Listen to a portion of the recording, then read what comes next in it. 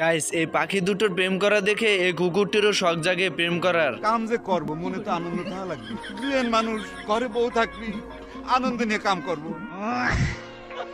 এরপর কুকুর মন খারাপ করে বসে থাকে। এর ভিতরে রাস্তায় তাকাতে একটি মেয়ে কুকুরকে দেখতে পায়।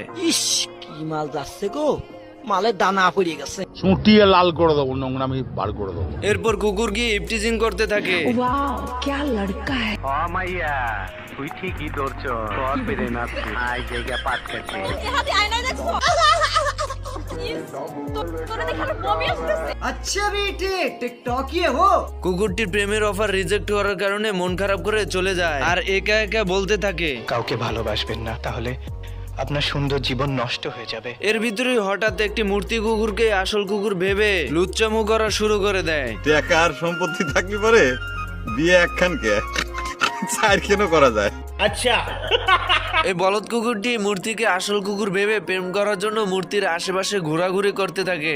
তোমাকে বিয়ে করতে চাই, তোমাকে লাভ করে। এরপর কুকুরটি মূর্তিকে সাহস করে কিস করতেই আকাশ থেকে বিজলি এসে তাকে শট করে। কুকুর শট খেয়ে সত্যিকারের কুকুর ভেবে আনন্দে লাফাতে থাকে আর বলতে থাকে, আমি কোনোভাবেই এই দেশ ছাড়বো না, এই দেশ আমার।